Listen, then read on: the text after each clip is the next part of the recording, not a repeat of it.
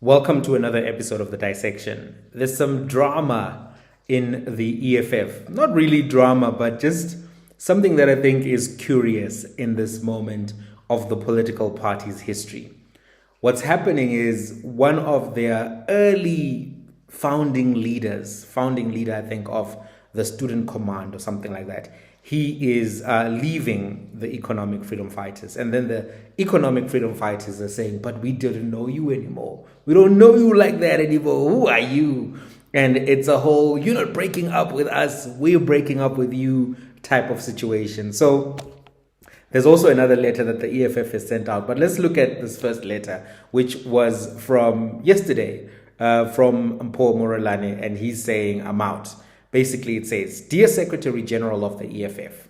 And the wording in this letter is a little bit, it's interesting to see how sometimes fighters speak amongst each other, you know, the choice of word, etc., etc. So the letter starts off with, this epoch has presented unprecedented challenges to the July movement, and thus my conscious decision to fully relinquish my membership and participation brings both deep sorrows infused with joy. One expects that the aforementioned decision be respected and accepted. Furthermore, the vitriol that is to descend upon one once the realization of my departure from the organization has set will be equally accepted. For after every storm comes calm, there we will all meet in the united pursuit for the return of the land and economic freedom in our lifetime. Ooh, this is so flowery.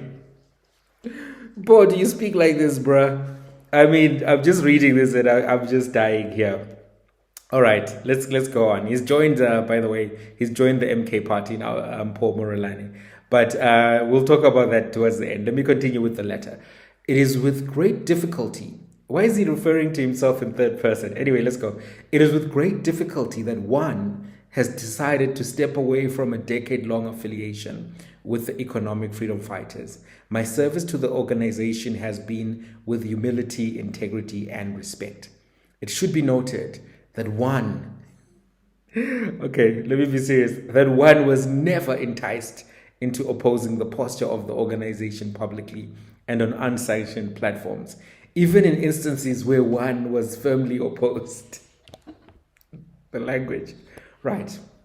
The pain that one endured in decisions taken by the upper structure in relation to one's tenure as the inaugural president of the Student Command has never warranted from one's end disrespect to senior leadership. I think this is where the pain is. This is reading this with a little bit of emotional intelligence. I don't have I don't have a PhD in emotional intelligence. I probably have a diploma at best, but it seems to me this is where some of the agony is from this man. He's saying that he endured pain by decisions taken by, the upper leadership in the EFF in respect to his tenure as the inaugural president of the Student Command. He said, I never disrespected you. I respected the decision, but I didn't like the way things went down. So this is something that would be a genuine gripe from him, and one of the reasons that could precipitate his wanting to leave the organization if he found a different place. Then he goes on, the EFF will be forever credited for radicalizing the youth, for the generational mission of economic freedom in our lifetime. It has produced quality leadership, which can serve in various structures of government continentally and globally. I extend my gratitude to the EFF in its contribution to my political and social development as a leader. The EFF has never denied one to take space, as shown by my service to the Central Command Team, War Council, and to the historic opportunity of being the inaugural president of the EFF Students Command. It is undeniable that my time as a fighter has been invaluable, and for me to unpack the lessons will require me to reduce same 2 pages of a book. So now he's at least referring to himself as me. Young activists, stop being one now, he's himself. Young activists, including myself, in my time as students, fought for insourcing of vulnerable workers in institutions of higher learning, and many of the workers have found a political home in the EFF. The organization has always felt like home. However, the time has come when a conscious decision has been taken by me to pursue a different path. This should not be construed as an act of public opposition, but an upright move for the progressive fight to the restoration of the dignity of the African people. I bid the organization farewell, and it has left an indelible mark on my life. Regards, fighter Mpho Morolane. So, reading this letter, thinking about its context and also what's unsaid and everything, it seems to me that there is no principal reason that is being offered for a move from the EFF to the MK. It seems as if Mpho is quite happy with the training he received, the opportunities he received within the EFF, but perhaps he feels that he didn't get much further and he would have liked to get much further. But it also seems that this could be perhaps one of people who was working quite closely with Floyd Shivambu and one of the people who would be expected to then move with Floyd into MK. You know, when you go into a new leadership position, sometimes you also need to bring your team. You know, if you look at coaches, etc., they will sometimes, on soccer coaches, they'll go and get one of their trusted trainers, one of their trusted, lieutenants, so to speak, to help them in a new position, new post. This is what it seems like to me. It seems like there is some emotional baggage around maybe not being promoted enough or not really promoted, or how the whole end of the tenure of the student command thing went down. That is what I seemingly get from this letter, outside of the fact that he's publicly announcing that he's out. So he's out. He's gone to MK party. But I don't think that he gives us ideological or principal reason, except to say my time is up. You know, he says EFF is home, he's got to move out of home. You know, you got to go rent or something. So that's what he's doing. Right. The EFF responded next day on the 5th, which is today, when we're recording this. The EFF said, "Dear Mr. Morolane, in reference to relinquishing your participation and membership of the EFF." It's a very short letter from the EFF. "Your letter dated the 4th of September 2024 they're referring to the letter. It's a weird language. We write to inform you that your letter is misdirected, as you were not a member of the Economic Freedom Fighters and you do not appear in the organization's membership system. Therefore, we advise that you put forward the letter to the relevant political party, as this correspondence does not apply to the EFF. The organization wishes you luck as you try to trace your political home. We trust that you will find the above in order in the struggle for economic freedom." So clearly, the EFF is like, "Nah, we don't know you, bro. We don't know you like that. You're not a member. You haven't been a member in a while." I don't know if it's true. I will give them the benefit of the doubt that Mpho hasn't been a member in good standing. Floyd was a member in good standing. I don't know if Mpho was still a member in good standing. But what I will say is, obviously, the EFF is sensitive at this particular moment. They want to manage how they are perceived. They want to manage any perception that there's going to be this avalanche of defections from their party into the MK party. One of the things that the EFF has been effectively able to do over the years is to prevent the kind of things that happen to the COPE party, where there are leadership disputes, where there are mass defections, because what that can do is that it can affect the morale of the members, it can affect public perceptions, and also, you know, one of the things that happens in politics sometimes is that there's a groupthink, right? If people think that the ship is sinking, they can preemptively start to move out. It's almost like what happens in the markets. In the market, sometimes, specifically in finance, you have what is known as a run on the banks. If people view a bank as being in trouble and that they will not be able to access their deposits as and when they want, they then do what is known as a run on the bank. Everyone rushes to try to withdraw all of their money.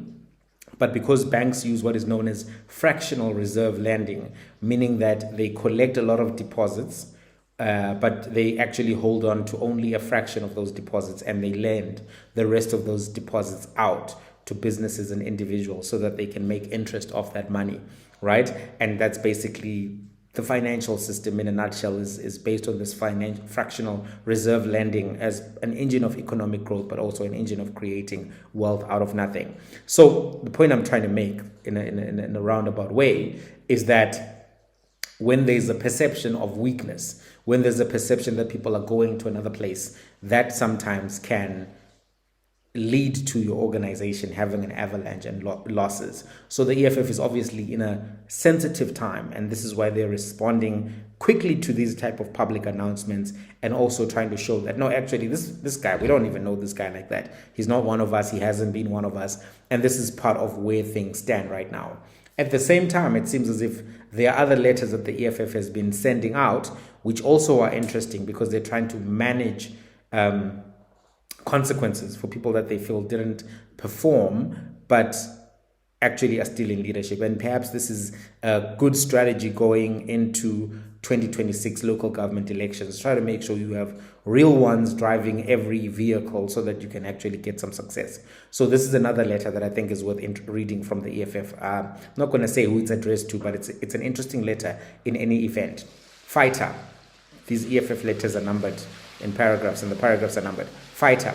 Number 1, the 25th Central Command Team CCT meeting, the 25th Central Command Team CCT meeting of the Second National People's Assembly held on the 23rd of August 2024 resolved that all public representatives and elected leaders whose wards received less than 100 votes in the 2024 national and provincial elections must make submissions on why they should not be removed from their current areas of deployment. 2. As a public representative whose ward received less than 100 votes in the 2024 national and provincial elections, you are directed to make a submission detailing why the organization should not remove you from your current deployment. Accordingly, the written response must be, this is number 3, accordingly, the written response must be submitted to the Office of the Secretary General no later than Monday, the 2nd of September. And then it goes on to end off by saying you are guided accordingly in the struggle for economic freedom. So what are my thoughts about this particular letter? I think that the EFF is worried about the 9.5% performance that they had. I think that they want to fix that. And they are also trying to take proactive action. And it's going to sound very harsh, that proactive action, when it now comes in a letter format, because they're saying, bruh, you didn't deliver numbers. You had less than 100 votes in your ward.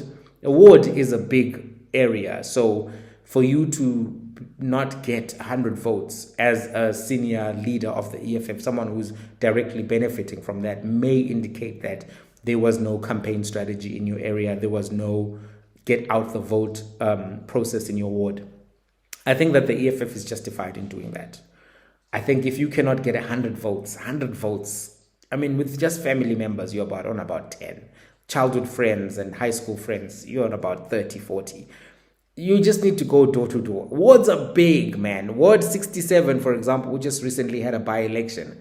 I think that ward has got about 20,000 voters in it, registered voters, if I'm not mistaken.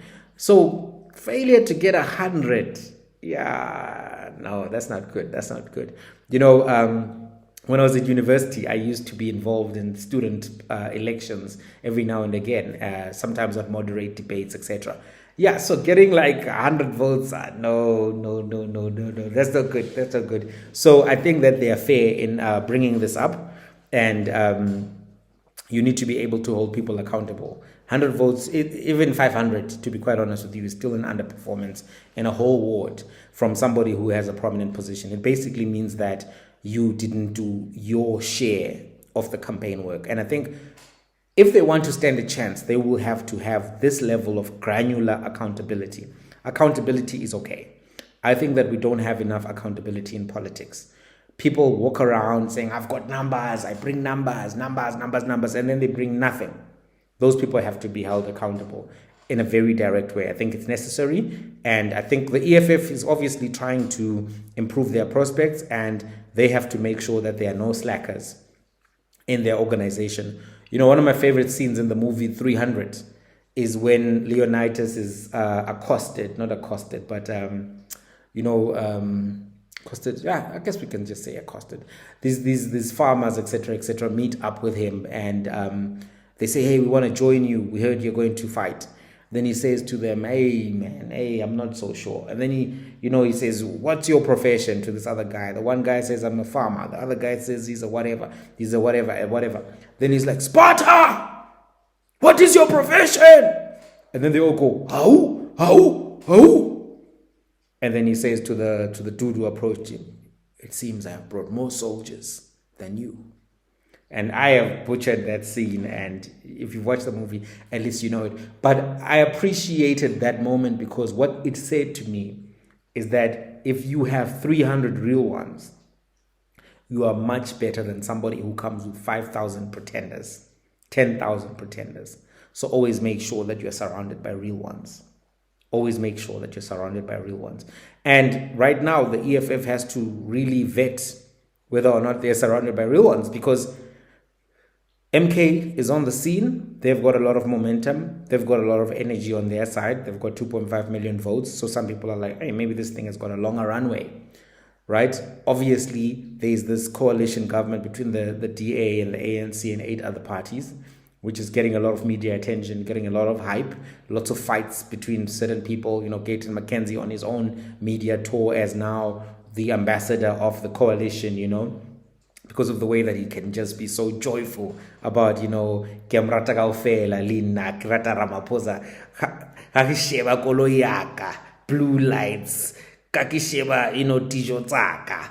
I'm just like, Ramaphosa, Kimrata Kaufela. Oh, my Sutu is not so good. But my point is, Gayton is out there, he is like, really like, hey, yeah, no, he's enjoying the moment. So if you're the EFF, you know this. You know that some people are also, pointing out different viewpoints that you've articulated on principle that maybe are not as popular as your other viewpoints, maybe your position on Pan-Africanism, your position on the value of the African community and how we should have strong relationships with the rest of Africa. All of those things, are part of the discussion. So if you know that, okay, we've got these strong points, we've got these popular points, we got this, we got that, but at the same time, we still need to make sure that everyone does the work in order for us to win. I think that's where things are at, and I think that's why they are doing this particular thing. Going back to the Mpho Morolane situation, yeah, man, this is just a he said, she said, who's breaking up with whom. But I think Mpho just needs to go and link up with Floyd. That's somebody maybe he's been working closely with. He's obviously got some kind of a position within the MK party. If he no longer has space within the EFF, it is what it is. Do I think that this will be damaging? No, I don't actually think it will be damaging. I don't think that there's been anybody who's significant enough within the EFF who's left for it to create that avalanche effect. I don't think that the EFF is over. I do think that they have to work hard to perform for 2026.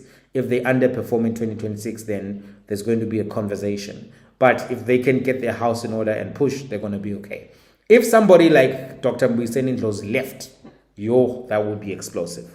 If that happened, then, maybe there'd be a conversation. Who knows what's going to happen? But it looks as if, it's going to be Floyd and a few people. It's not going to be him by himself, but it's going to be Floyd and a few people. But I don't think there's going to be any big name. And even Mpho, when he left, this was a very respectful letter, one that actually showed that he still has love and appreciation for the EFF and what they've done. So this doesn't strike me as a beef letter, in as much as, there's some tension. Also, I think that Jacob Zuma has told these boys who are leaving the EFF, I mean, they're men really, but they're boys to him, Abafana to Uzuma, because he is Ubaba, right? But I think he, which is to say he's older, he has told them to manage the language and be diplomatic around this moment.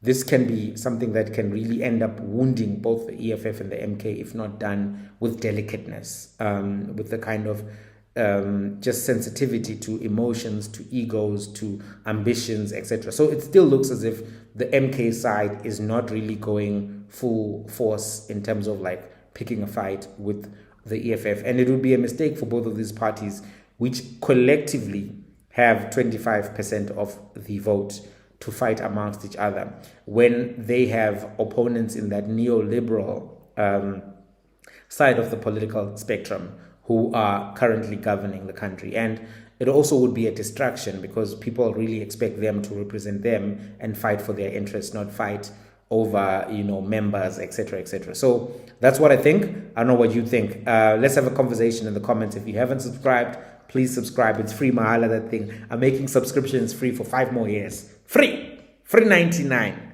which is just a joke. It's still free. Free 99 is not a price, right? So subscribe till the next one.